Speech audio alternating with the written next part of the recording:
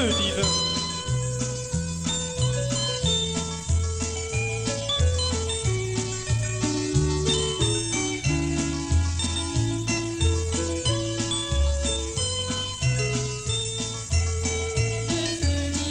Le feu divin brûle dans mon cœur. Le feu divin brûle dans mon cœur. Le feu divin brûle dans mon cœur. Le feu divin brûle dans mon cœur. J'aime Jésus de tout mon cœur. J'aime Jésus de tout mon cœur. J'aime Jésus de tout mon cœur. J'aime Jésus de tout mon cœur. Mon cœur le loue avec ferveur. Mon cœur le loue avec ferveur. Mon cœur le loue avec ferveur. Mon cœur le loue avec ferveur. Alléluia, gloire à son nom. Alléluia, gloire à son nom. Alléluia, gloire à son nom. Alléluia, gloire à son nom. Jésus revient pour me chercher. Jésus revient pour me chercher. Jésus revient pour me chercher. Jésus revient pour me chercher. Oh, reçois-le de tout ton cœur. Oh, reçois-le de tout ton cœur. Oh, reçois-le de tout ton cœur. Oh, reçois-le de tout ton cœur.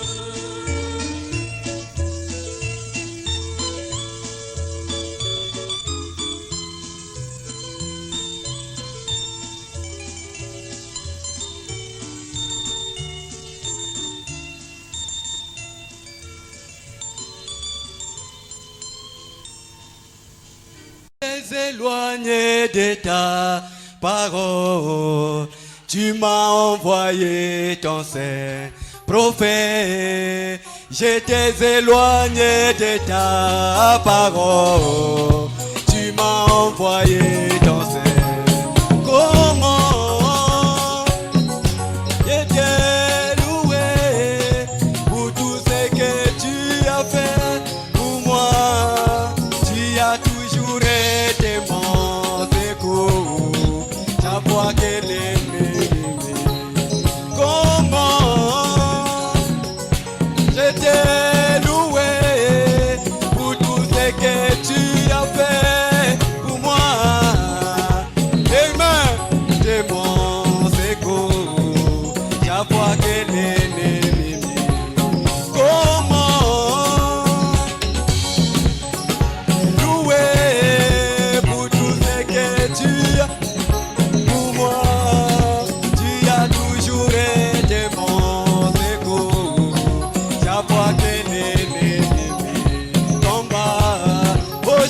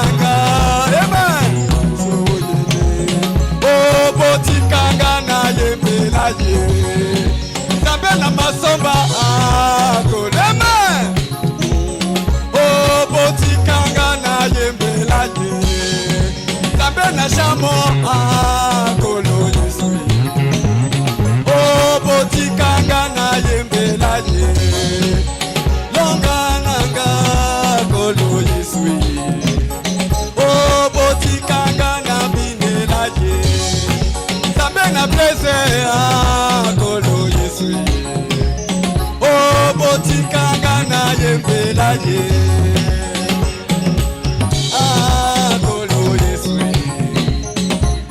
Mokolo yondo kozonga kanisa nanga akolo Yesu oh mokolo yondo kozonga kanisa nanga akolo Yesu de kide joie obotikanga na yembela amen elonga ako amen obotikanga na bimela ye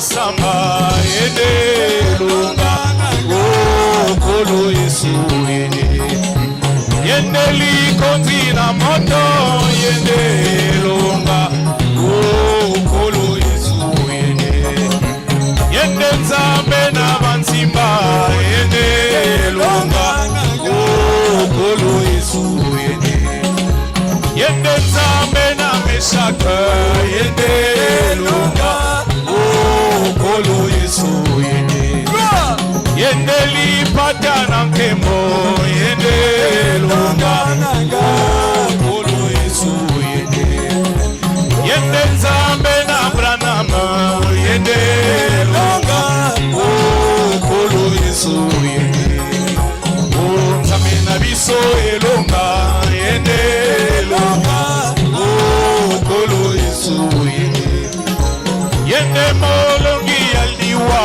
yende lunga Yesu kolo Yesu yende molongi amokili yende lunga kolo Yesu yende ngambe ya mobali yende lunga kolo Yesu yende molongi ya masumu yende lunga kolo Yesu yende nzambe na banzambe yende lunga kolo Yesu nzambe na biso molongi yende lunga kolo Yesu Yesu alongi nde mokili yende lunga kolo Yesu Yesu alonga nde satana yende lunga kolo Yesu lunga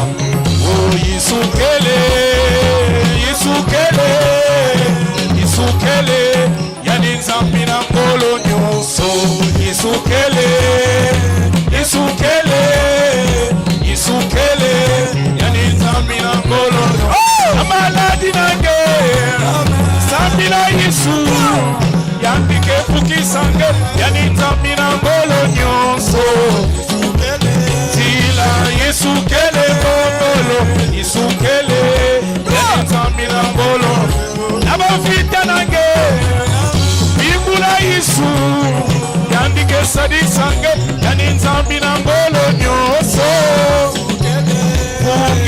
Isukele tila, isukele, yani nzambi na ngolo. Samina, Isukele Nzambi, Isukele, Yani Nzambi na ngolo nyonso, Isukele, Isukele, Isukele, Yani Nzambi na ngolo nyonso, oh Isukele wanlongo, Isukele pulusu, Isukele, Yani Nzambi na ngolo nyonso, Isukele Nzambi, Isukele moyo, Isukele, Yani Nzambi na ngolo nyonso. Est-ce qu'on peut acclamer Jésus-Christ?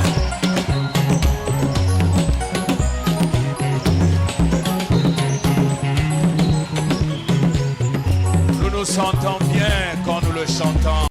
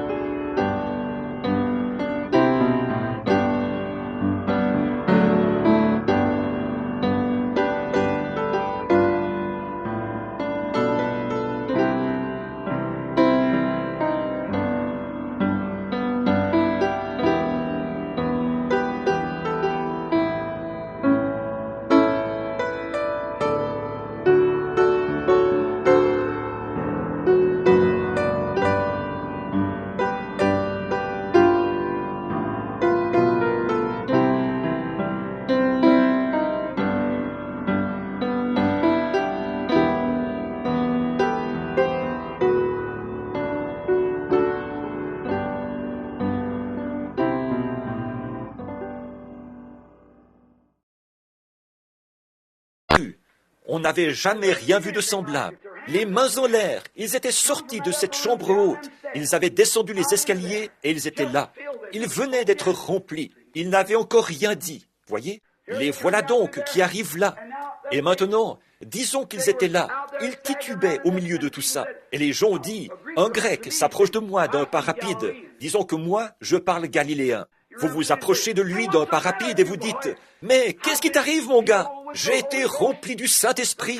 La puissance de Dieu est descendue là-haut dans cette pièce. Il m'est arrivé quelque chose. Oh, gloire à Dieu! » Et un autre là-bas, lui, il parlait en arabe, alors qu'il est galiléen. Il parlait l'arabe, la langue arabe. Donc, ils ne savent pas si c'était le vent impétueux qui avait attiré ces gens quand la foule s'est réunie, ou si c'était parce qu'ils s'exprimaient en langues étrangères. Or, dans la Bible, ce n'est pas tout à fait...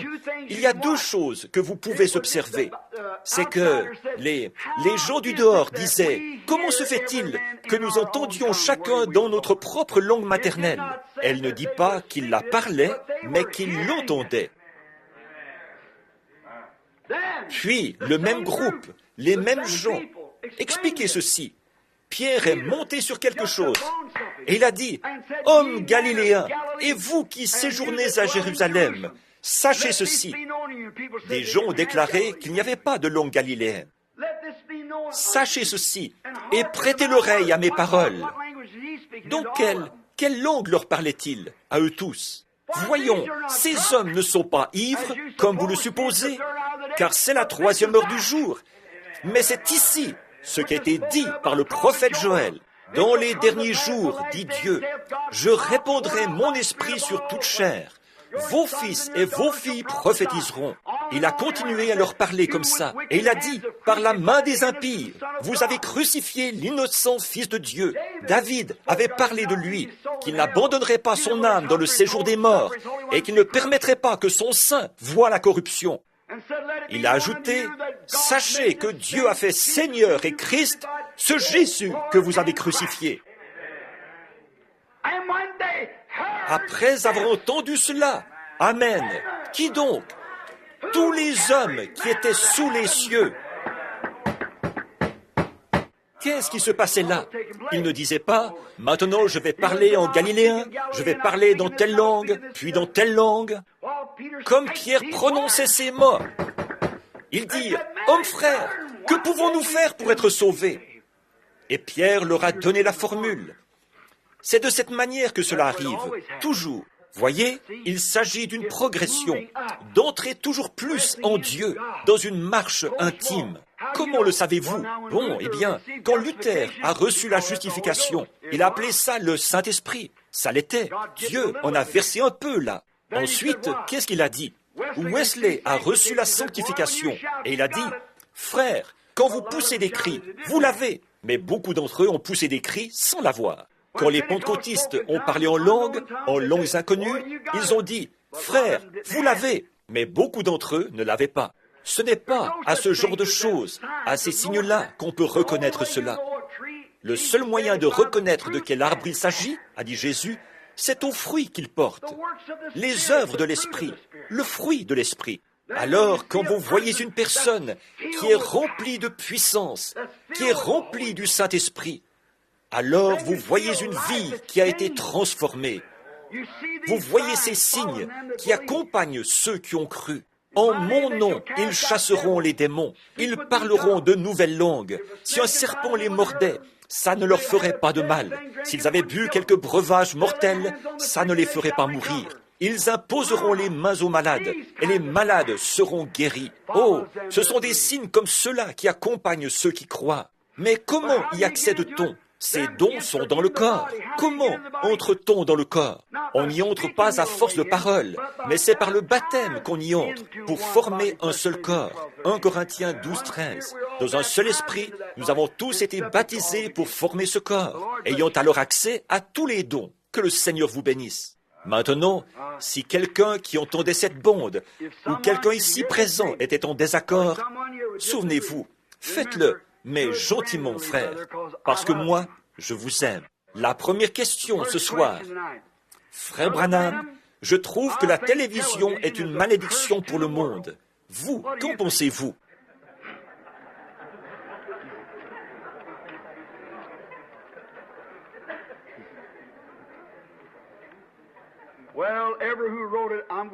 Eh bien, quelle que soit la personne qui a écrit ça, je suis d'accord avec elle. Ils en ont fait une malédiction pour le monde. Ça pourrait être une bénédiction pour le monde, mais ils en ont fait une malédiction. Pour toutes les choses de ce genre, mes chers amis, ça dépend de ce que vous-même vous regardez. Si la télévision est une malédiction, alors les journaux sont une malédiction, alors la radio est une malédiction, et bien des fois, le téléphone en est une. Vous voyez, vous voyez, tout dépend de ce que vous en faites. Mais comme le frère le disait l'autre soir, c'est qu'on n'a presque plus d'émissions à la télévision. Ça coûte trop cher. Un pauvre prédicateur qui prêche le plein évangile n'a pas les moyens d'avoir une émission à la télévision. Et donc, le frère disait l'autre soir, je crois, quelque part, dépoussiérez votre radio, ou c'est quelqu'un d'autre, ou bien sortez-la de son coin et écoutez ces émissions-là. C'est vrai. Mais, chère personne, qui que vous soyez, je suis certainement d'accord avec vous. C'est devenu une des choses les plus exécrables pour l'espèce humaine. Là, ils prennent tout l'argent qui devrait aller au gouvernement pour les impôts et ils se dégagent de ça en produisant des émissions où on fait toute cette publicité pour des cigarettes et du whisky et ce genre de choses-là, et ils déduisent ça des impôts dus au gouvernement. Après ça, ils vont traîner des prédicateurs devant les tribunaux pour en tirer de l'argent. Je suis d'accord avec vous, c'est une chose épouvantable. Maintenant, ce n'est pas... Vous savez, c'est tout simplement une constatation. Merci, sœur, frère, qui que vous soyez, vous qui avez posé cette question. Maintenant, en voici une bonne. Question.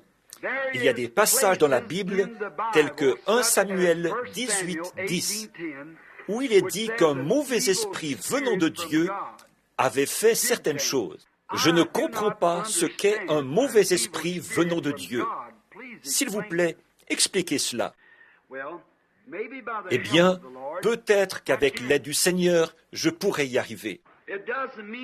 Ça ne veut pas dire que Dieu est un mauvais esprit, mais tout esprit, quel qu'il soit, est soumis à Dieu.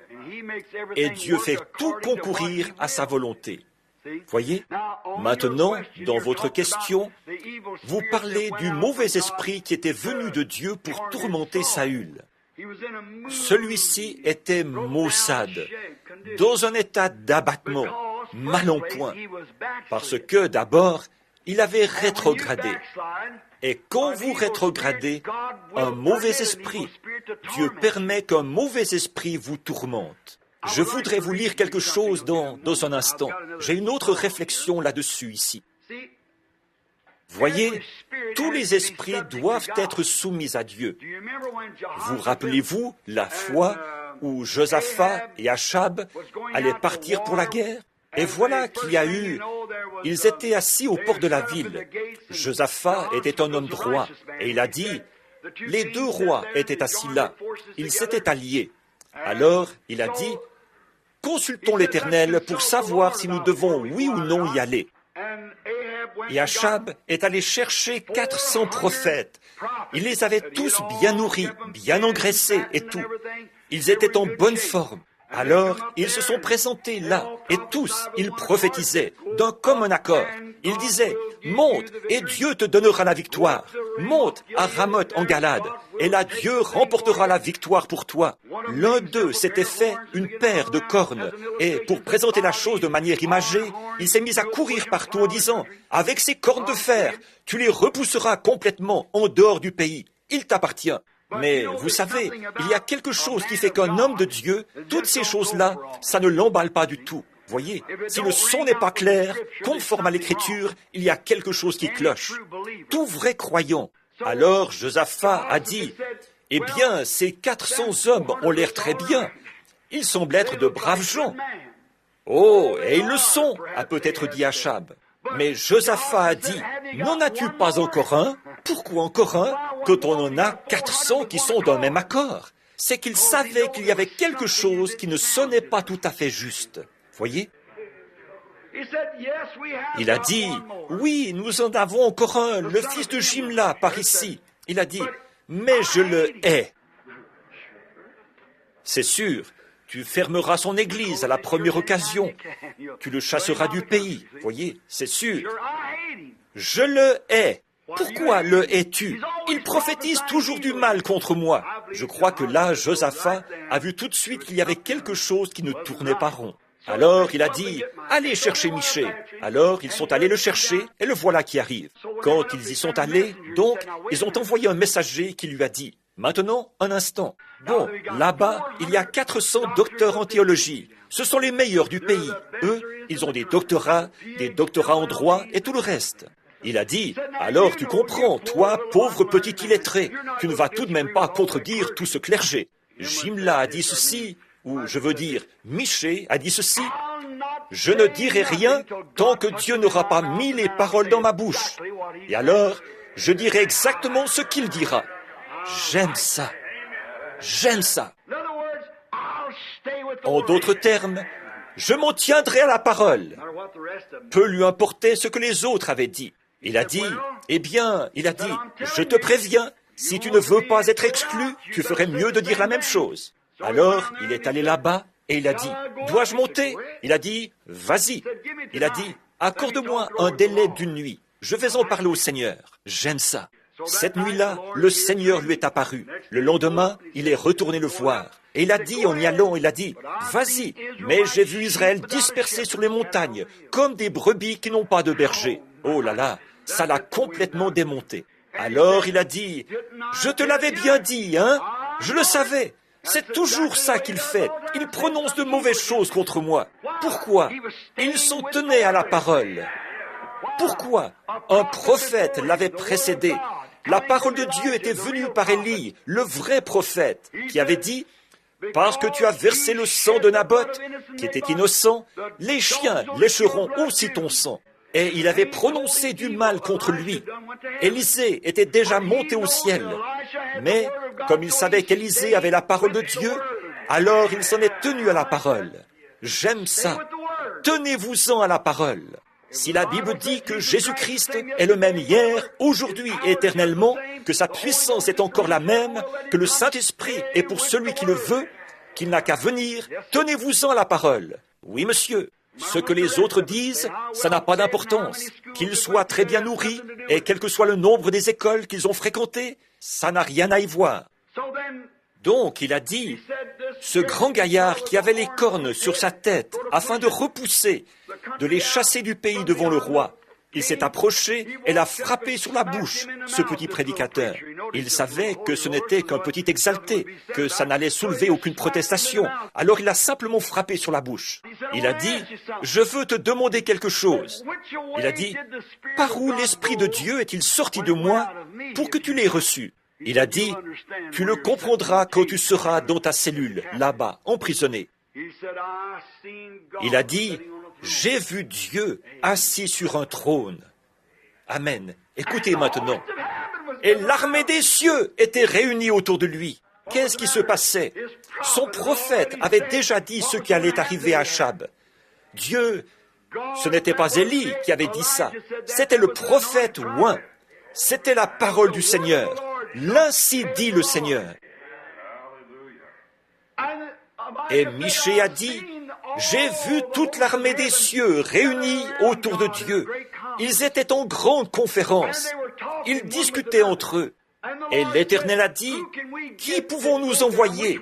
Lequel de vous pourrait aller séduire Achab pour qu'il se rende là-bas accomplir la parole de Dieu, qu'il se fasse tirer dessus? Qui pouvons-nous envoyer? » Eh bien, on proposait celui-ci ou celui-là. Au bout d'un moment, un mauvais esprit, un esprit de mensonge est monté d'une région inférieure et il a dit, « Si tu veux bien me le permettre, je suis un esprit de mensonge.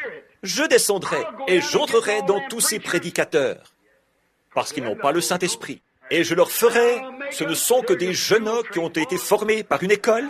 Je descendrai, j'entrerai dans chacun d'eux, je les séduirai et je leur ferai prophétiser un mensonge. » Est-ce bien ce qu'il a dit? Et il a dit, « C'est comme ça que nous le séduirons. » Alors il est descendu. Il a dit, Dieu a dit, « Je te donne la permission d'y aller. » Il est descendu, il est entré dans ces faux prophètes, formés par une école pour ce ministère. Et il leur a fait prophétiser un mensonge. C'était un esprit de mensonge qui agissait selon la volonté de Dieu. Il y a encore autre chose que vous pourrez peut-être voir ici. Prenons un instant. Observez ceci. J'aimerais que vous preniez avec moi 1 Corinthiens chapitre 5, verset 1er. Un instant. 1 Corinthiens. Et observez ceci, si vous voulez voir quelque chose, là où Dieu a fait quelque chose. Comment ces mauvais esprits, comment ils agissent.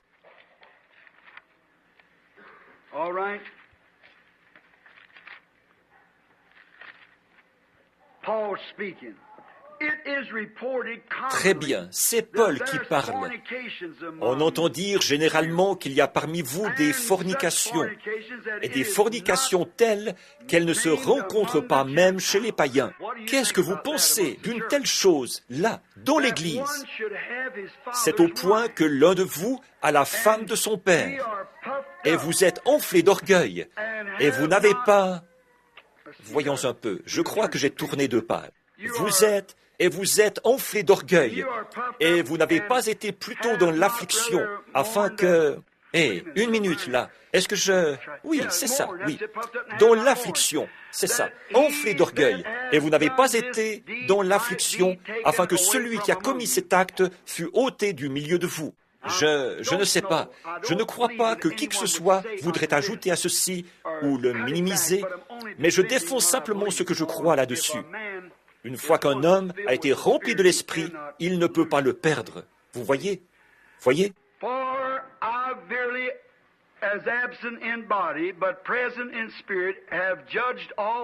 Pour moi, absent de corps, mais présent d'esprit, j'ai déjà jugé, comme si j'étais présent, celui qui a commis un tel acte.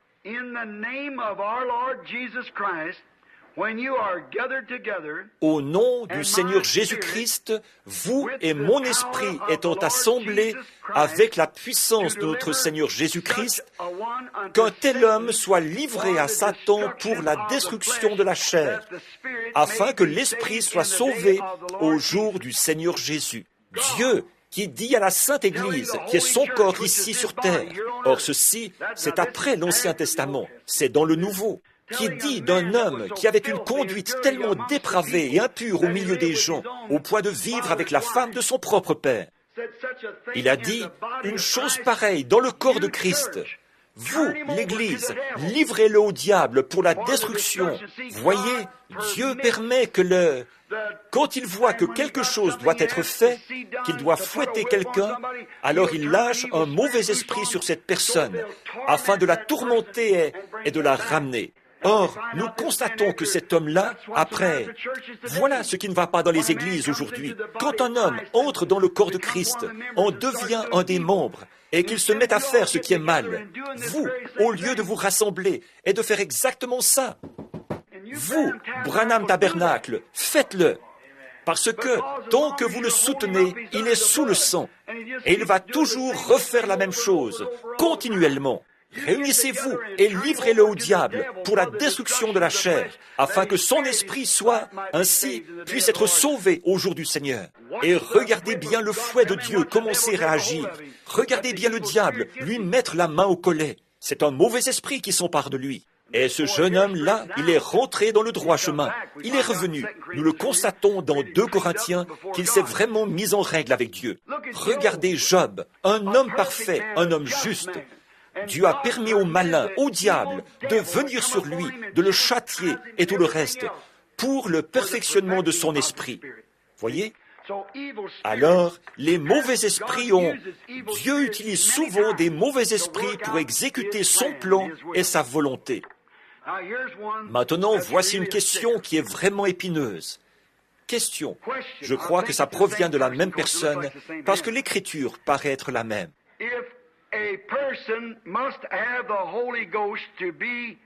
Si une personne doit avoir le Saint-Esprit pour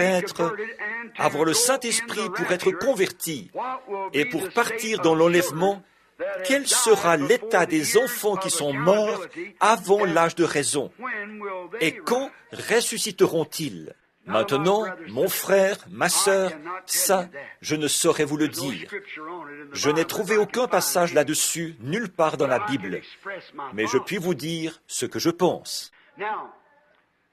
Or, ceci va vous fortifier, vous qui croyez à la grâce de Dieu. Vous voyez, cette personne désire savoir, et c'est une très bonne question, vous voyez.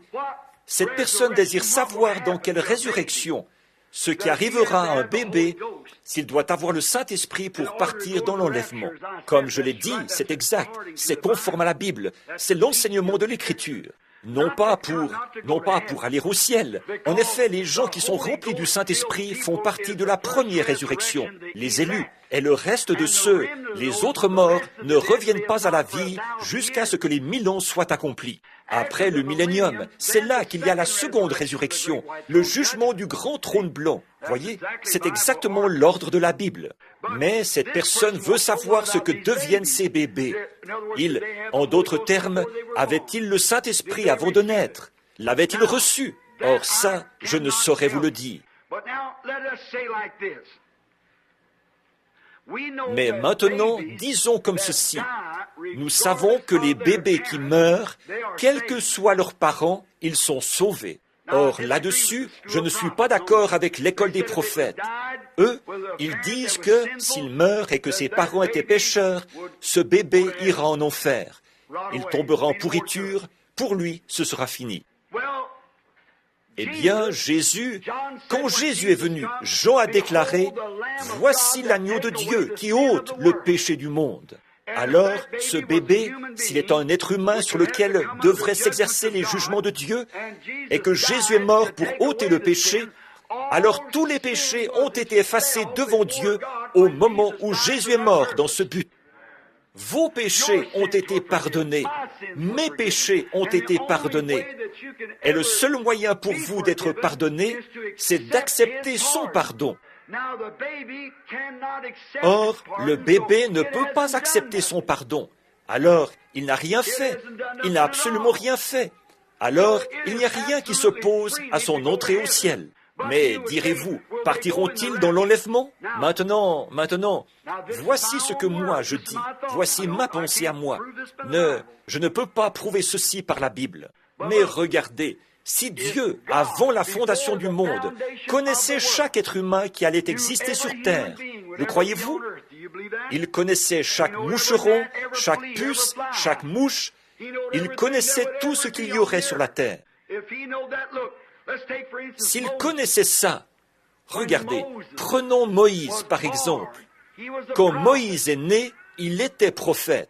Avant que Jérémie, Dieu a dit à Jérémie, avant même que tu aies été formé dans le sein de ta mère, avant que tu aies été formé dans son sein, je te connaissais, je t'avais sanctifié et je t'avais établi prophète pour les nations. 712 ans avant la naissance de Jean-Baptiste, Ésaïe l'avait vu en vision et il a déclaré, « Il est la voix de celui qui crie dans le désert. » La prédestination ou la prescience de Dieu, c'est tout ce qui concerne les petits bébés. Voyez ce qu'ils allaient faire. Et ils savaient qu'ils allaient mourir. Ils le savaient. Rien ne peut arriver sans que Dieu le sache. Rien ne peut arriver à, tout comme le bon berger qui va. Maintenant, quand tu as appuyé ceci par l'Écriture, je ne peux pas dire que l'Écriture dise telle et telle chose. Je parle simplement d'après ma pensée. Maintenant, je pense que la question suivante est peut-être posée par quelqu'un qui, au sujet de ce que j'ai dit l'autre soir, expliquez le fait que l'épouse soit sauvée en devenant mère. L'épouse n'est pas sauvée en devenant mère. Mais prenons donc 1 Timothée 2, 8 un instant et voyons ce que dit la Bible au sujet de l'enfant. Or, je sais bien que ça, c'est une doctrine catholique, car les catholiques disent que la femme est sauvée par sa maternité, en devenant mère. Mais nous n'allons pas... Moi, je ne crois pas ça.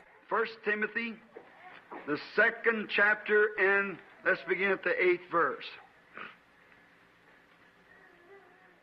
1 Timothée, chapitre 2, commençons au verset 8, et lisons maintenant pendant un instant. Très bien, écoutez. Je veux aussi que les femmes, vêtues d'une manière décente, on ne devrait pas avoir à demander ça, n'est-ce pas?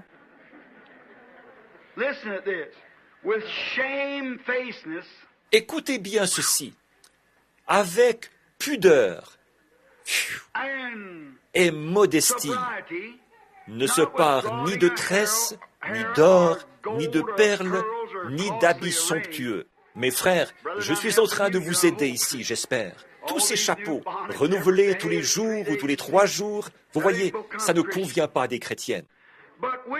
Mais qu'elles se parent de bonnes œuvres, comme il convient à des femmes qui font profession de servir Dieu. Que les femmes écoutent l'instruction en silence, avec une entière soumission.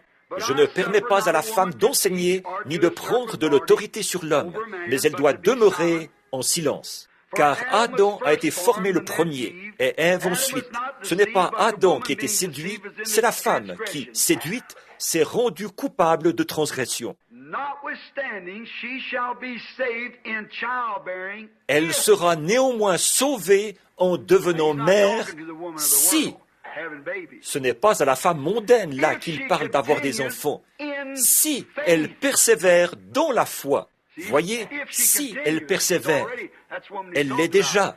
C'est de cette femme-là qu'il parle, de la femme qui est déjà sauvée, voyez, dans l'amour, dans la sanctification, avec une entière modestie. Ce n'est pas le fait d'avoir un bébé qui la sauve, mais c'est parce qu'elle élève ses enfants, qu'elle fait son devoir, au lieu d'élever des chats, des chiens et n'importe quoi d'autre, ce qui va prendre la place d'un enfant, comme elles le font aujourd'hui.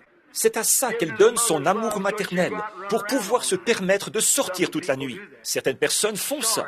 Désolé, mais c'est ce qu'elles font. C'est une déclaration très directe de ma part.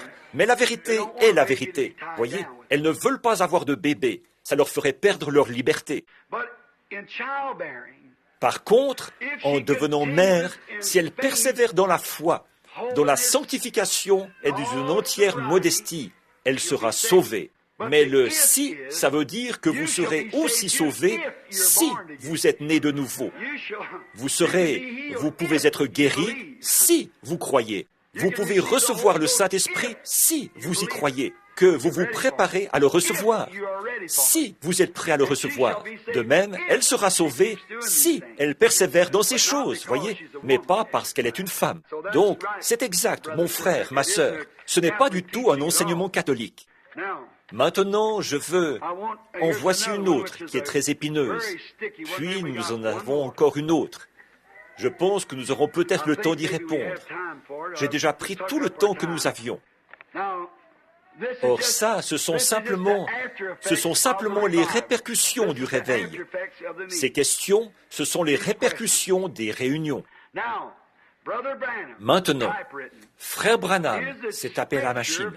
Est-ce conforme aux Écritures qu'une personne parle en langue et interprète son propre message? Si oui, s'il vous plaît, expliquez 1 Corinthiens ou Corinthiens 14, 19 et aussi Corinthiens 14, 27. Très bien. Prenons ce passage de l'Écriture et voyons ce qui est dit. Ensuite, nous verrons si ce que nous faisons est conforme à l'Écriture. Nous voulons toujours être en conformité avec l'Écriture. Dans Corinthiens 14, la personne veut savoir s'il est conforme à l'Écriture qu'un homme interprète son propre message qu'il a prononcé en langue. Si oui, expliquez Corinthiens 14, 19. Voyons un peu. 14 et 19. Très bien, nous y voici. Mais dans les églises, j'aime mieux prononcer 5 paroles avec mon intelligence afin que j'instruise aussi les autres que 10 000 en langue. Maintenant, le suivant, c'est le verset 27, ce qu'ils veulent savoir. Et si quelqu'un parle en langue, que ce soit 2 ou tout au plus 3 qui parlent, et chacun leur tour, et que quelqu'un interprète. Bon, d'après moi, là où cette personne veut en venir, et je vais vous lire quelque chose dans un instant. Mais je pense que là où ce frère ou cette sœur veut en venir, est-ce en ordre pour quelqu'un qui parle en langue d'interpréter lui-même le message qu'il a prononcé. Maintenant, mon très cher ami, si vous voulez bien lire le verset 13 du même chapitre, là vous verrez ce qu'il en est. C'est pourquoi que celui qui parle en langue prie pour qu'il interprète. Bien sûr, il peut interpréter son propre message. Maintenant, si nous allons, vous, lisez-le en entier, là, et vous verrez que lisez le chapitre en entier. C'est très bien, très explicite. Or, le parler en langue, maintenant, pendant que nous touchons à ce sujet et qu'on enregistre ceci, je tiens à dire que je crois tout autant au parler en langue que je crois à la guérison divine et au baptême du Saint-Esprit, à la seconde venue de Christ et à la puissance du siècle à venir. J'y crois tout autant que je crois à ces choses. Mais je crois que le parler en langue a sa place, tout comme la venue de Christ a sa place, la guérison divine a sa place, chaque chose a sa place. Bon, vous ici, j'ai maintenant l'occasion de vous dire ceci, et j'aimerais l'expliquer. Et si je fais de la peine à quelqu'un, je ne le fais pas intentionnellement. Mon intention n'est pas de créer de la confusion, mais écoutez, le problème en ce qui concerne le parler en langue, opéré par les gens qui sont pentecôtistes, et j'en suis un moi-même, je suis pentecôtiste, vous voyez. Là, le problème qui se pose, le voici. C'est qu'ils n'ont pas de respect pour ça. Et en plus, ils laissent aller ça n'importe comment. Ils ne se réfèrent pas à la parole. Maintenant, écoutez, voici quel est l'ordre établi dans l'Église. Bon, dans une Église pentecôtiste, si j'étais pasteur de cette Église ici, voici l'ordre que j'établirais. Voyez, si j'étais tout le temps ici comme pasteur. Je souscrirai à tous les dons qu'il y a dans la Bible. Je dirais aux croyants qu'ils doivent d'abord être baptisés dans le Saint-Esprit. Et alors, tous les dons de 1 Corinthiens 12 devraient être actifs dans mon Église. Si je pouvais les avoir là, que tout le corps soit actif. Maintenant, si vous observez, je ne dis pas ça pour faire des remarques là. Et souvenez-vous, je ne dirai pas un seul mot pour m'opposer à cela. Je pourrais blasphémer contre le Saint-Esprit. Et Dieu sait que je ne dirai pas ça faussement, voyez. Mais je dis ceci dans le seul but de vous présenter le point de vue de l'Écriture. Après avoir étudié cela depuis près de 20 ans, ça fait près de 30 ans que je prêche. Et j'en ai vu de toutes les couleurs. J'en ai traversé des choses. Vous pouvez vous imaginer ce que ça a été. J'ai observé chaque homme et la doctrine de chacun dans le monde entier. Je l'ai fait parce que c'était dans mon intérêt, dans l'intérêt des êtres humains aussi, pas seulement du mien. Je devrais partir d'ici, vous devrez partir d'ici. Et si je m'en vais comme un faux prophète, je perdrai ma propre âme et je perdrai la vôtre avec la mienne. Alors, ça compte plus que le pain quotidien, ça compte plus que la popularité, ça compte plus que tout le reste. C'est toute ma vie, voyez. Et je veux toujours être profondément sincère. Donc, quand on va dans une église pentecôtiste, d'abord, je ne dis pas qu'elles sont toutes comme ça. Certaines d'entre elles sont, en général, quand on va dans une église et qu'on commence à prêcher, pendant qu'on prêche, quelqu'un va se lever et parler en langue. Or, cette chère personne-là, il se peut qu'elle soit vraiment remplie du Saint-Esprit. Il se peut que ce soit le Saint-Esprit qui parle à travers cette personne.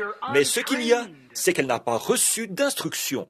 Si le ministre qui est sur l'estrade parle sous l'inspiration, l'esprit des prophètes est soumis aux prophètes.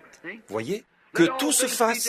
Maintenant, reportez-vous à Paul. Pourquoi il a dit que, quand l'un parle, et ainsi de suite, quand il arrivait là, il n'y avait que du désordre. Bon, je suis là en train de faire un appel à l'autel, et quelqu'un se lève et parle en langue. Tout simplement, eh bien, autant laisser tomber l'appel à l'autel. Ça y met fin, voyez ? Autre chose encore, souvent des gens se lèvent et parlent en langue, et les gens qui sont assis là mâchent du chewing-gum et regardent partout. Si Dieu parle, restez tranquille, écoutez. Si c'est là la vérité, si c'est bien le Saint-Esprit qui parle dans cette personne, tenez-vous tranquille, écoutez, soyez respectueux. C'est peut-être vous qui recevrez l'interprétation, voyez ? Tenez-vous tranquille, écoutez et attendez l'interprétation. Maintenant, s'il n'y a pas d'interprète dans l'Église, alors ces gens sont censés garder le silence dans le corps. Alors, quand ils parlent dans une langue inconnue, la Bible déclare qu'ils doivent se parler à eux, à eux-mêmes et à Dieu. Celui qui parle dans une langue inconnue s'édifie lui-même. Or là, il s'agit de langues inconnues, des dialectes, des langues. Ça, c'est autre chose. Ils ne sont rien, a-t-il dit, mais tout ce qui produit un son a une signification. Mais vous, si une trompette sonne, il faut savoir à quoi correspond le son qu'elle rend. Rien que souffler dedans, sinon vous ne saurez pas vous préparer au combat. Si une personne parle en langue et qu'elle ne fait que « tut », c'est tout, alors qui saura ce qu'il faut faire? Mais si elle sonne le réveil, alors ça veut dire « levez-vous ». Si elle sonne l'extinction des feux, alors ça veut dire « couchez-vous ». Voyez? Si elle sonne la charge, alors ça veut dire « attaquez ». Il faut que ça signifie quelque chose, pas juste parler pour parler. Donc, dans l'Église, s'il n'y a pas d'interprète. Par contre, quand il y a un interprète, alors les langues ont leur place dans l'Église. Maintenant, pour en revenir à votre question, cher ami, qui dit « J'aime mieux prononcer 5 paroles, et de sorte que les gens me comprennent, que 5000, ou quel que soit le nombre qu'il est dit là, dans une langue inconnue. » C'est vrai. Mais continuez à lire, sauf si c'est par une révélation ou par une interprétation pour l'édification, voyez, pour édifier. Maintenant, je vais juste vous donner un genre de petit aperçu, à supposer que si je devais être le pasteur de cette église que nous aurons, si Dieu m'appelait à en être le pasteur, voici de quelle façon je la dirigerais. J'essaierai d'y repérer chaque personne qui a un don. Et ces gens-là, je les ferai se réunir environ 1 heure avant que les services commencent, dans une pièce où ils seraient entre eux, qu'ils restent là avec l'esprit sur eux. À un moment donné, quelqu'un qui a un don de parler en langue vient là. Et il parle en langue. Personne ne bouge. Et ensuite, un se lève et interprète ce qu'il a dit. Maintenant, avant que ça puisse être donné à l'Église, la Bible dit qu'il faut que ce soit jugé par 2 ou 3 témoins. Et eux, ce sont des hommes qui ont le discernement de l'esprit. Voyez? Parce qu'il arrive souvent que des puissances maléfiques s'introduisent là. Paul en a parlé. Par contre, la puissance de Dieu y est aussi. Indiquez-moi une assemblée où le mal ne se trouve pas. Indiquez-moi un endroit où les fils de Dieu sont rassemblés sans que Satan soit au milieu d'eux. C'est dans tout. Alors, ne faites pas les gros yeux. Voyez, Satan est partout. Donc, nous y voilà. Quelqu'un parle en langue. Là, 3 personnes qui ont l'esprit de discernement sont présentes. Quelqu'un parle en langue et donne un message. Or, ça ne peut pas être une citation de l'Écriture, parce que Dieu n'emploie pas de veine redite. Et il nous a dit de ne pas le faire. Voyez? Alors, ce n'est pas ça. C'est un message adressé à l'Église. Pendant ces réunions de réveil, jusqu'ici, nous avons eu 2 choses. Observez chacune d'elles. Comment cela a été? Parfait, d'une précision impeccable. Voyez? C'est entré en action. Un homme s'est levé, il a parlé en langue et donné l'interprétation. Tout de suite, là est venue la confirmation du message qui venait d'être apporté. L'autre homme, il s'est levé l'autre soir et il a dit sous l'inspiration de la prophétie, il a dit quelque chose sans savoir ce qu'il disait. Et puis, à la fin, il a dit, « Béni soit celui qui vient au nom du Seigneur ». Aussitôt, quelque chose m'a saisi et a dit, autrement dit, béni soit celui qui croit qu'en ceci le Seigneur est venu. Voyez-vous l'inter? Et là, le Saint-Esprit est descendu dans le bâtiment hier soir. Voyez, pour l'édification, c'est ça. J'étais là, j'essayais de dire aux gens qu'ils doivent recevoir le Saint-Esprit. Et le diable était venu tourner autour des gens, leur disant, n'écoute pas, tiens-toi tranquille. Ma sœur a dit, Bill, j'étais si heureuse pendant que tu prêchais. J'avais envie de me lever et sauter au travers du mur. J'ai dit, lève-toi et saute. Voilà tout. Et elle a dit, mais quand tu t'es mis à agir comme ça, elle a dit que les gens commençaient à pousser des cris. Elle a dit, alors je me suis senti comme une espèce de rien du tout. J'ai dit, ça, c'est le diable. Ça, c'est Satan. Quand il est venu faire ça, j'ai dit, alors tu aurais dû te lever quand même. Nous sommes des sacrificateurs pour Dieu. Nous offrons un sacrifice spirituel, les fruits de lèvres qui donnent gloire à son nom. Voyez? Alors, voici ce qui est arrivé. Là, le Saint-Esprit a percé, parce que c'était simplement « Béni soit celui qui croit ». 2 ou 3 soirs de suite, j'ai essayé de présenter ça clairement. Et alors, le Saint-Esprit a parlé et a dit, sous l'inspiration, il a dit, « Béni soit celui qui vient au nom du Seigneur ». Et avant que je puisse dire quoi que ce soit, je l'avais déjà répété. « Béni soit celui qui croit que le Seigneur est venu en ceci ». Vous voyez? Et c'est justement ce que je disais. Le Saint-Esprit, c'est Dieu lui-même en vous. Voyez? Et ils l'ont saisi. Voyez? Et là, le Saint-Esprit est descendu parmi les gens. Vous voyez comme cela édifie la prophétie? Or, il y a une différence entre une prophétie et un prophète. La prophétie va de l'un à l'autre, mais un prophète est prophète de naissance, dès le berceau. Ils ont l'ainsi dit le Seigneur. Eux, pas question de les juger.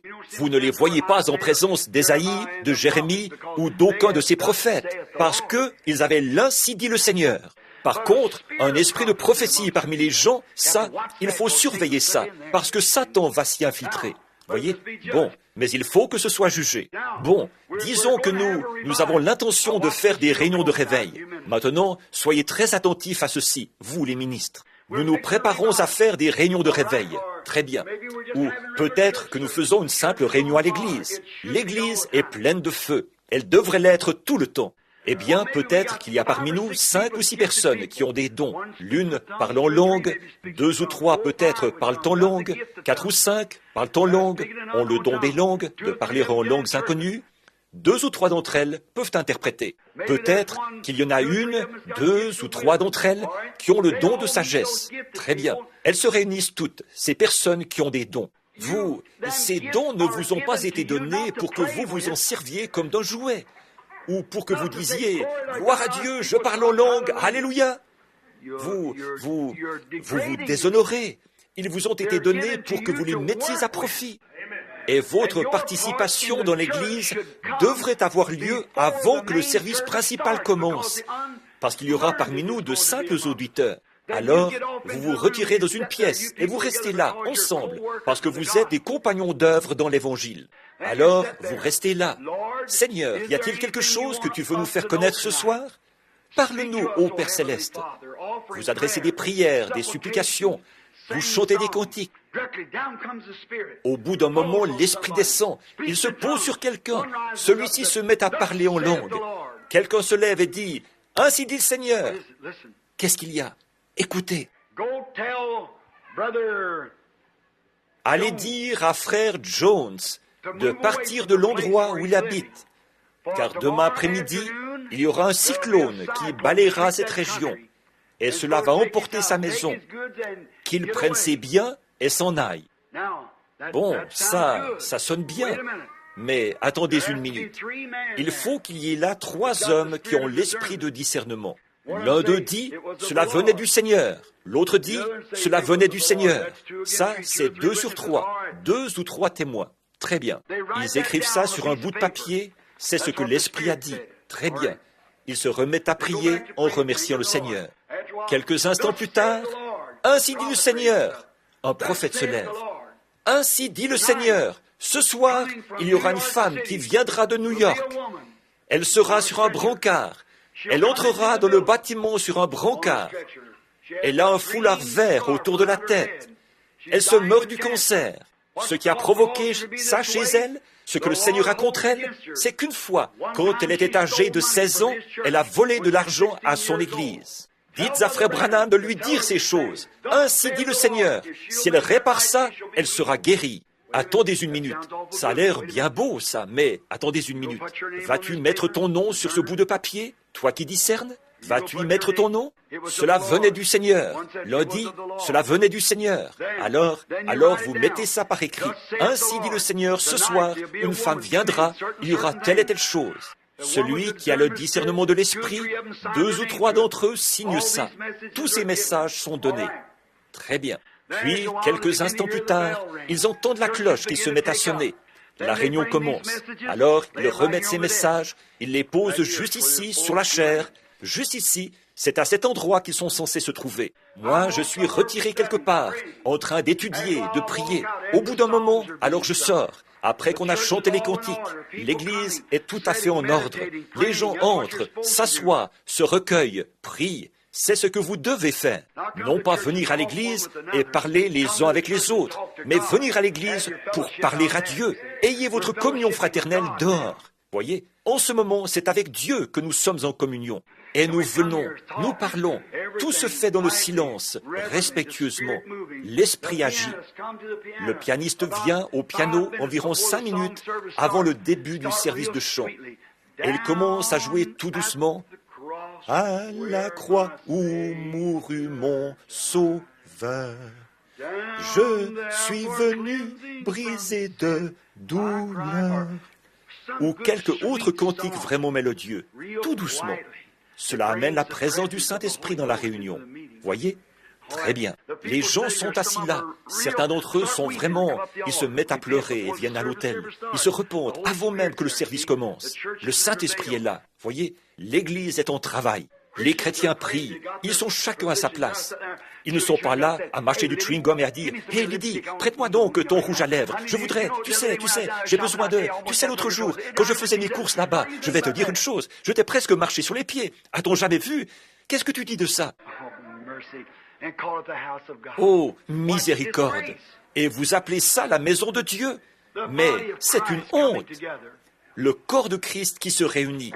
Voilà notre situation. L'homme à côté de vous. Dis donc, tu sais, quand on est allé là-bas, il y a eu ceci et patati, patata. Ça, dehors, ça peut aller, mais ici, c'est la maison de Dieu. Quand vous entrez, soyez en prière. Prenez votre place. Ce n'est pas à vos églises que je parle, là, frère. Ce que vous faites, ça, je n'en sais rien. Je parle à ce tabernacle. Je parle aux gens de chez moi. Voyez, c'est vrai. Alors, après que vous êtes entrés comme ça, voilà le pasteur qui arrive. Il est rafraîchi. Il n'a pas à répondre à ceci, à cela et à autre chose. Il sort tout droit de la rosée de son ministère. Il a été sous la puissance du Saint-Esprit. Il entre là où d'autres langues de feu sont rassemblées. C'est presque une colonne maintenant, voyez. Elle est en mouvement. Il s'avance, il prend ceci, un message en provenance de l'Église. Ainsi dit le Seigneur. Frère Jones doit quitter sa maison. Demain après-midi, à 14 heures, un cyclone balayera son terrain. Qu'il prenne ses affaires et s'en aille. Frère Jones a compris. Très bien, c'est noté. Ainsi dit le Seigneur, il y aura une femme nommée une telle qui viendra ici ce soir. Et ce qu'il y a eu, elle a fait telle chose, comme je viens de le dire, vous voyez, comme ça.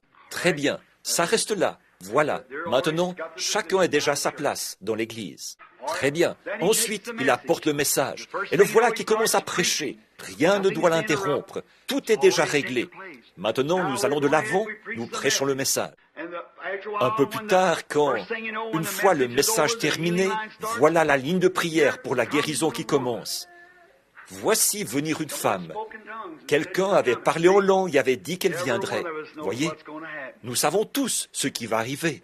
Nous le savons tous. Voyez-vous comme la foi commence à grandir avec ces langues de feu qui sont là, au-dessus de vous maintenant. Elles commencent à s'accumuler. Eh bien, là, c'est une œuvre terminée. Voilà tout. Cette femme, je dirais, Madame une telle de New York, ici, voyez. Oh, c'est vrai. Comment le saviez-vous? C'est un message de la part du Seigneur à l'Église. Quand vous aviez 16 ans, n'étiez-vous pas à tel endroit et n'avez-vous pas pris de l'argent à l'Église? Vous avez volé ça et vous êtes allé vous acheter avec ça de nouveaux vêtements? Oh, c'est vrai, c'est bien vrai. C'est exactement ça que Dieu nous a dit ce soir, par la bouche de frère un tel qui a parlé en langue, frère un tel a interprété, frère un tel ici a dit par le discernement que ça venait du Seigneur. Et c'est la vérité? Oui. Alors, ainsi dit le Seigneur, allez réparer ça et vous guérirez de votre cancer. Frère Jones va chez lui, prend les remorques, recule, charge ses meubles et part de là. À 14 heures demain après-midi, voilà, tout sera dévasté. Voyez, alors l'Église glorifie. Merci Seigneur Jésus de ta bonté. Alors voilà, c'est ça, c'est pour édifier, pour le bien de l'Église. Maintenant, supposons que ce qu'ils ont dit n'arrive pas. Alors c'est qu'il y a un mauvais esprit parmi vous. Vous ne voulez pas de cette chose mauvaise. Pourquoi voudriez-vous quelque chose de mauvais alors que les cieux sont remplis de la véritable Pentecôte? N'acceptez pas une espèce d'imitation qui vient du diable. Obtenez quelque chose de véritable. Dieu a ça, et c'est pour vous. Alors, ne vous réunissez plus et ne mettez plus rien ici, tant que Dieu n'aura pas d'abord confirmé que vous êtes dans le vrai, parce que vous êtes une aide pour l'Église, dans l'œuvre de l'Évangile. Maintenant, vous comprenez ce que c'est? Et les langues inconnues, personne qui sait de quoi il parle. Il parle, mais chaque son a une signification. Ceci a une signification. Clouc, clouc, clouc. Ça, c'est un langage quelque part. Quand j'étais en Afrique, je ne l'aurais jamais cru, mais tout bruit qui se faisait avait une certaine signification. La Bible dit qu'il n'y a aucun son qui soit sans signification, qui soit dénué de sens. Tous les sons qui se font entendre ont un sens en rapport avec quelque chose. Eh bien, j'entendais les gens dire, je disais, Jésus-Christ, le Fils de Dieu. L'un d'eux faisait, un autre faisait, et ça voulait dire, Jésus-Christ, le Fils de Dieu. Voyez, ça avait, pour moi, ça ne signifie rien, mais pour eux, c'était un langage, tout comme celui que j'utilise pour vous parler. Les interprètes, pour le Zoulou, le Xhosa, le Soto et quoi encore, quand ils arrivaient là, dans chacune des langues qu'ils parlaient, tout le monde comprenait. Et ces choses que vous entendez les gens marmonner et que vous prenez pour du bredouillage, ça n'en est pas, ça a une signification. Alors nous devons respecter ces choses et leur donner la place qui leur revient. Bon, peut-être qu'il n'y a pas eu de message. Maintenant, le service est terminé. On fait l'appel à l'autel. Au bout d'un moment, il n'y avait pas eu de message au début, quelqu'un se lève dès qu'il en a l'occasion. Le Saint-Esprit, or la Bible dit, s'il n'y a pas d'interprète, qu'on se taise. Peu importe combien vous vous sentez poussé à parler, taisez-vous. Vous dites, je ne le peux pas. La Bible dit que vous le pouvez. Voyez, donc ça règle la question. Voyez, qu'on se taise. Alors, quand l'occasion est là, que tout est en ordre, alors si le Saint-Esprit descend sur lui pour qu'il donne un message, alors qu'il le donne. C'est exactement ce qu'il faut faire. Ensuite, l'interprétation vient. On dit, il y a ici une femme qui se nomme Sally Jones. J'espère que la femme qui porte ce nom-là n'est pas ici, mais Sally Jones. Voyez, dites-lui que c'est le dernier soir où un appel lui est adressé, qu'elle se mette en règle avec Dieu, parce qu'il ne lui reste que peu de temps ici. Là, Sally Jones va se précipiter vers l'autel aussi vite qu'elle le peut, voyez, parce que c'est son dernier appel, voyez. C'est ça, donner un message, ou une confirmation, ou quelque chose comme ça. Voilà ce qu'est l'Église pentecôtiste en action. Les mauvais esprits n'ont aucune possibilité de s'y glisser, parce que c'est déjà, la Bible indique avec précision que ce soit chacun à son tour, et qu'il y en ait 3, et au moins 2 qui jugent. C'est ça l'Église. Mais comment la trouvons-nous aujourd'hui? On saute, on se conduit n'importe comment, on rit et tout, pendant que quelqu'un parle en langue, quelqu'un d'autre regarde ça, tout en parlant d'autre chose, et les gens s'attroupent. Le pasteur, lui, est en train de faire quelque chose, ou certains s'attroupent. Voyons, ce n'est pas bien ça. Peut-être que le pasteur est en train de prêcher, et quelqu'un va se lever et l'interrompre pendant, peut-être qu'il est en train de lire la Bible, et quelqu'un en train de lire la Bible, et quelqu'un là-bas parle en langue. Oh non! Voyez, le prédicateur est à la chaire en train de prêcher, et quelqu'un se lève et l'interrompt en parlant en langue. Ça va, je ne dis pas que ce n'est pas le Saint-Esprit, mais vous devriez savoir comment utiliser le Saint-Esprit. Voyez, comment l'utiliser. Maintenant, je prends... Pouvez-vous en absorber encore une? Puis demain, c'est dimanche. Puis nous allons simplement... En voici une. Je trouve qu'elle est des plus courtoises, celle-là. Et maintenant, si vous voulez bien me supporter encore quelques minutes, je vous prie. Et puis, je veux que vous saisissiez ceci. C'est à dessein que je l'ai gardé pour la fin. C'est la dernière que je prendrai. Bon, d'abord, je vais lire les 2 choses que cette personne a demandées. C'est sur un vieux bout de papier, c'est écrit à la main, une très belle écriture. Je ne sais pas du tout de qui ça peut venir. Il n'y a pas de nom sur aucune d'elles. Frère Branham, est-ce bien pour les ministres de solliciter longuement les gens pour obtenir de l'argent pendant leur réunion, déclarant que Dieu leur a dit que tant de personnes dans l'auditoire sont censées donner tant? Si c'est bien, j'aimerais le savoir. Ou alors, si ce n'est pas bien, j'aimerais le savoir. C'est quelque chose qui m'a beaucoup troublé. Bon, vous voyez, mon ami, je vais vous le dire. Je vais vous dire ce que moi j'en pense. Voyez? Or, ça ne veut pas dire que c'est juste. J'en pense que c'est terrible. Maintenant, ce que j'en pense, c'est ceci. Dieu m'a envoyé sur le champ de travail. J'ai connu l'époque où il semblait que j'aurais dû au moins... Je n'avais pas d'argent du tout. Et je disais, faites passer le plateau à offrande, c'est tout. L'organisateur venait me dire, « Écoute Billy, nous avons un déficit de $5,000 ce soir, mon gars. Est-ce que tu as l'argent à Jeffersonville pour régler ça ?» Je disais, « Ça ne fait rien. C'est Dieu qui m'a envoyé ici. Sans ça, je ne serais pas venu. Voyez, faites passer le plateau à offrande, c'est tout. » Et avant que la série de réunions soit terminée, quelqu'un disait, « Vous savez, le Seigneur m'a mis à cœur de contribuer à ceci un montant de $5,000. » Voyez. Mais d'abord, il faut être conduit à le faire.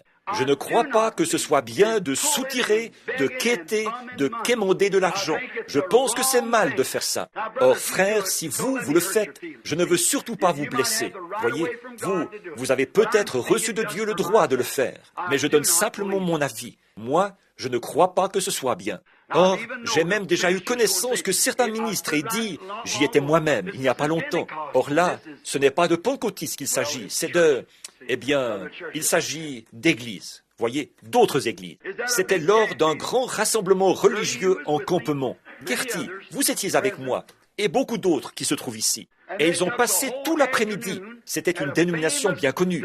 Ils étaient 2 ou 3 qui étaient là. Il s'agit des églises habituelles, comme nos églises modernes d'ici, en ville et tout, lors d'une grande convention. Ils ont passé tout l'après-midi, debout sur l'estrade, à faire des menaces aux gens, disant que Dieu détruirait leurs récoltes, frapperait leurs enfants de polio, et ce genre de choses, s'ils ne donnaient pas d'argent lors de cette réunion. C'est l'exacte vérité. Cette Bible est devant moi. J'ai dit, c'est un blasphème contre Dieu et ses disciples. Si Dieu vous envoie, il prendra soin de vous. S'il ne vous a pas envoyé, dans ce cas, alors que ce soit la dénomination qui prenne soin de vous. Mais vous, si Dieu vous envoie, il prendra soin de vous. Que dire d'une pièce de théâtre de Noël dans une église du Saint-Esprit? Eh bien, si c'est au sujet de Christ, ça pourrait peut-être aller. Mais si c'est au sujet du Père Noël, lui, je n'y crois pas. Je suis devenu trop grand pour ça. Je ne crois pas du tout au Père Noël. Voyez? Et certaines de ces petites choses de Noël qu'ils font, moi, je trouve ça ridicule. Mais je pense qu'ils ont retiré complètement Christ de Noël et ils ont mis le Père Noël à la place. Et le Père Noël, c'est une histoire inventée. J'espère que je ne blesse personne, je pense aux enfants. Mais je vais vous dire une chose. Il n'y a pas longtemps, environ 25 ou 30 ans, un ministre de cette ville, le pasteur d'une grande église de cette ville, que je connaissais très bien, un de mes amis intimes, est venu vers moi. Et Charlie Bohannon, frère Mike, tu te souviens de Charlie Bohannon, un de mes bons amis? Il était assis dans son bureau et il a dit, « Je ne dirai plus jamais ce mensonge à mes enfants et je ne permettrai pas non plus qu'on le dise à mes petits-enfants. » Il a dit, « Mon propre petit garçon est venu vers moi un jour. Il avait une 12aine d'années et il parlait du Père Noël. Et il a dit, « Eh bien, mon chou, j'ai quelque chose à te dire. » Il a dit, « Maman, vous savez. » Et là, il lui a dit ce qu'il avait fait. Puis, après ça, il est revenu. Il a dit, « Alors, papa, est-ce que Jésus, là, c'est la même chose? » Dites la vérité. Le Père Noël, c'est une invention catholique au sujet d'un certain Chris Kringle ou Saint Nicolas, un ancien saint catholique allemand qui allait de lieu en lieu faisant du bien aux enfants. Et ils ont perpétué ça sous forme de tradition. Mais Jésus-Christ est le Fils de Dieu. Il est réel et il est vivant. Maintenant, voici une question, la dernière, qui est très... Maintenant, regardez, il se peut que vous ne soyez pas d'accord avec moi là-dessus, mais si vous n'êtes pas d'accord avec moi, souvenez-vous, faites-le amicalement, d'accord? Je vous aime et je ne veux pas vous faire de peine. C'est que je veux être honnête. Si je ne peux pas, si je dis un mensonge à mon fils, alors je suis un menteur. Voyez, je veux lui dire la vérité. Alors, je lui parle du Père Noël en disant, « Mais oui, bien sûr qu'il y a le Père Noël. Regarde bien papa le soir de Noël. » Voyez? Oui. Vous savez, l'autre jour, j'étais par ici et j'ai testé une petite fille à ce sujet juste pour voir. Et on m'a vraiment rendu la monnaie de ma pièce. C'était avant-hier. J'étais dans l'établissement et des gens étaient là, à l'épicerie Quaker Maid. J'y étais allé pour acheter des provisions.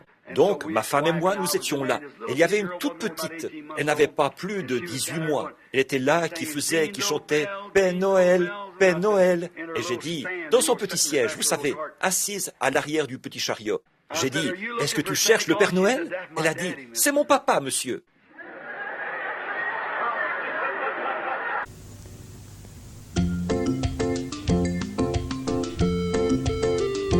Cantique numéro 6. J'irai au bout.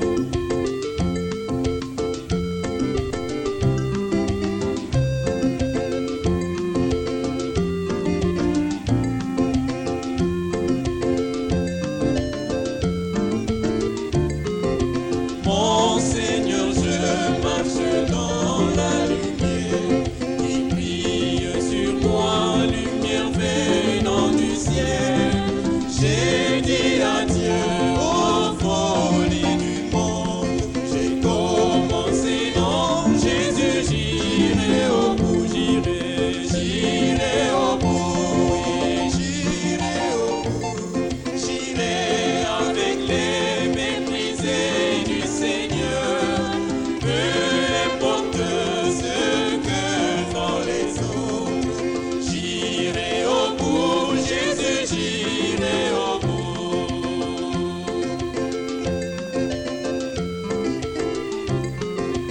Il y en a beaucoup qui ont commencé, mais refusent de marcher avec la lumière.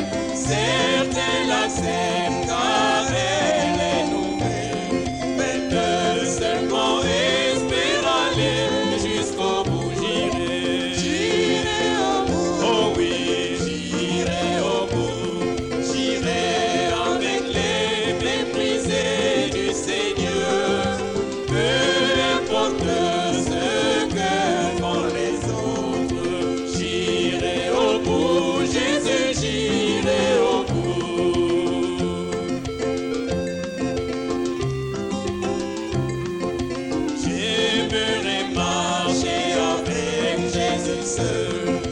Jacob avoir une pierre pour pilier, et à chaque instant devant sa face, au lieu de reculer, manquer le but. J'irai au bout, oh oui, j'irai au bout, j'irai avec les méprisés du Seigneur, peu importe ce que font les autres, j'irai au bout, Jésus, j'irai au bout.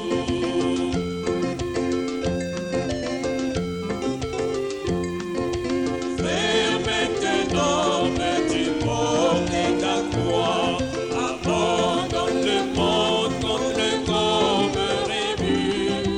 Tout ce que tu as vent est dans nos mots, alors va jusqu'au bout avec Jésus.